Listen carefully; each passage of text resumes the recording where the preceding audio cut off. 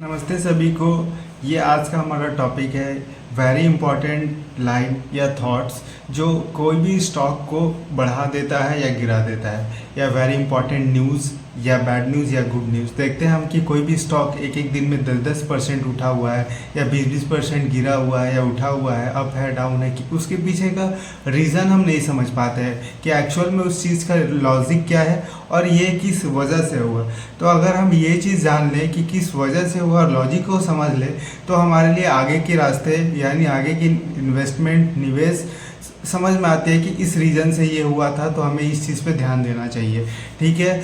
और मैंने अपने प्रीवियस वीडियो में आपको फंडामेंटल बताया था कैसे आप आइडेंटिफाई कर सकते हैं, और मैं आज आपको थोड़ा सा कवर अप करते हुए चलता हूँ फंडामेंटल्स को कि फंडामेंटल करने के बाद क्या क्या टर्म्स यूज़ होते हैं मार्केट में।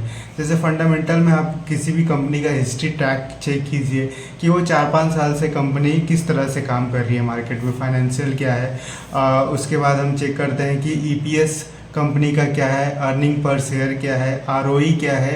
आरओई क्या होता है कि किसी भी कंपनी मिनिमम 15% से हमारा पैसे को ग्रो करती है, रिटर्न इक्विटी 15% मिनिमम मैनेज करती है, तो वो अच्छा माना जाता है किसी भी कंपनी के लिए। और आप आरओई चेक कर लेते हैं, कैश फ्लो चेक कर लेते हैं कि कंपनी का पॉजिटिव कैश फ्लो है कि नहीं है। डेब्ट टू इक्विटी 1 से कम होना चाहिए तो ज़्यादा बेटर है। और एक और टर्म्स होता है कि म्यूचुअल फंड का प्रीवेंस है कि नहीं है। अगर कोई कंपनी में म्यूचुअल फंड है तो अच्छा माना जाता है कि आधा चीज़ हमें आधा प्रॉब्लम हमारा वहीं ख़त्म हो जाता है। देखिए, म्यूचुअल फंड कोई भी कंपनी में पैसा लगाता है सर, तो ऐसे नहीं लगाता है, क्योंकि म्यूचुअल फंड के जो बड़े बड़े अच्छे फंड मैनेजर्स होते हैं उनको मार्केट का अच्छा एक्सपीरियंस होता है, लगभग 15-20 साल का एक्सपीरियंस होता है उन्हें। वो अच्छे पढ़े लिखे होते हैं, तो उन्हें पता होता है कि कौन सा सेक्टर ग्रोथ होने वाला है। तो ये ज़रूर देखें कि म्यूचुअल फंड का प्रेफरेंस है, और है तो बढ़ रहा है कि घट रहा है। होता है ना कि देखिए गलती किसी से भी होता है, मानते हैं, बट उस चीज़ में हम ये देख लें कि म्यूचुअल फंड का प्रेफरेंस या म्यूचुअल फंड उस फंड में स्टेक बढ़ा रही है घटा रही है, तो ये देखना ज़रूरी होता है। उसके बाद फ्यूचर में वो कंपनी क्या सोच रही है ग्रोथ करने के लिए, तो ये सब चीज़ें सारी चीज़ें फंडामेंटल से पार्ट होते हैं। अब हम देखते हैं कि कुछ लाइंस यूज़ होते हैं मार्केट में जिससे कोई भी स्टॉक या सेक्टर 10-10%, 15-15% उठ जाता है, गिर जाता है सेम डे में।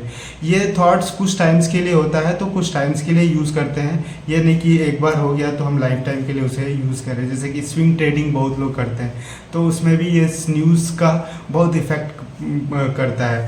तो कुछ न्यूज़ है जैसे कि आरबीआई इंटरेस्ट रेट कम करने वाली है, तो ये गुड न्यूज़ होता है किसी भी कंपनीज के लिए कि आरबीआई ने इंटरेस्ट रेट कम कर दिया, तो वो बैंकिंग सेक्टर एनबीएफसी कंपनीज के लिए प्रॉफिटेबल माना जाता है। ठीक है।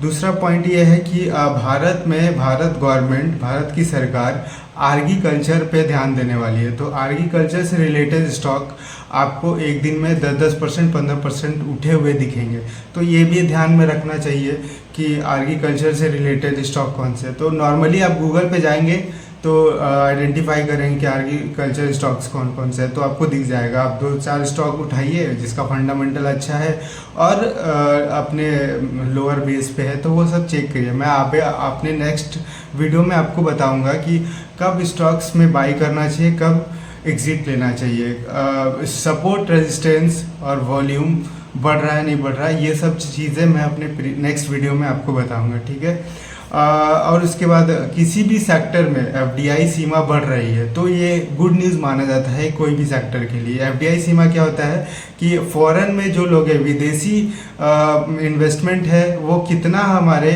कोई भी सेक्टर में पैसा लगा सकती है। तो किसी भी सेक्टर में अगर एफडीआई सीमा बढ़ रही है तो गुड न्यूज़ होता है उस सेक्टर के लिए। ठीक है। चौथा पॉइंट हमारा ये है कि नया वेतन लागू होने वाला है, यानी न्यू सैलरी या न्यू वेतन लागू होता है। तो उससे क्या होता है ना कि नया वेतन लागू होता है, तो जो भी सरकारी नौकरी है, जिसका भी जो भी जॉब कर रहा है, तो वहाँ पे उन्हें सैलरी बढ़ के मिलती है। तो सैलरी बढ़ने, जैसे मेरा सैलरी आज 1 लाख है, कल 2 लाख हो जाए, तो क्या होता है कि मेरे पास अब दिखेगा अरे मेरे पास गाड़ी नहीं है, 4 व्हीलर नहीं है, जो भी मन जो करता है वो करने, पैसा आता है तो मन तो करता है कुछ भी करने का। तो क्या होता है कि जो भी कंपनी, जैसे हमने टाटा मोटर्स का गाड़ी लिया, तो वो टाटा मोटर का सेल बढ़ा ना, वो क्यों उस वजह से बढ़ा, न्याय वेतन लागू होने से। तो ये भी गुड न्यूज़ होता है all market, all share market.